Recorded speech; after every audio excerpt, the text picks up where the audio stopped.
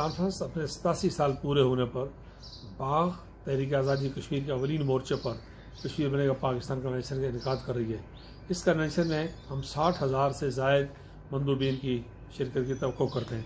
ये कन्वेंशन तहरीक आज़ादी कश्मीर के लिए, मकबूजा कश्मीर में तहरीक मज़ामत के कारकुनों के लिए भरपूर मावनत का ज़रिया साबित होगा।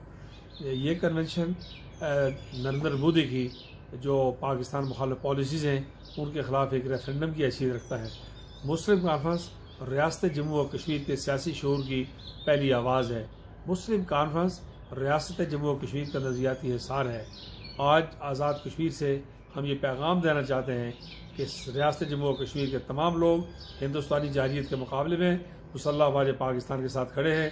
कश्मीर बनेगा पाकिस्तान और मुसल्लह अफ़वाज पाकिस्तान के जिंदाबाद के नारे लगा रहे हैं। और आज सारा बाग ज़िला बाग और बाग को आने वाले सारे रास्ते आप देखते हैं कि सब्ज़ हिलाली परचम से और मुसल्लह अफ़वाज पाकिस्तान के शहदा और तहरीक आज़ादी कश्मीर के शहदा और हुर्रियत कॉन्फ्रेंस की क़यादत के तस्वीर से सजे हुए हैं और सारे ज़िला बाग को दुल्हन की तरह सजा दिया गया है।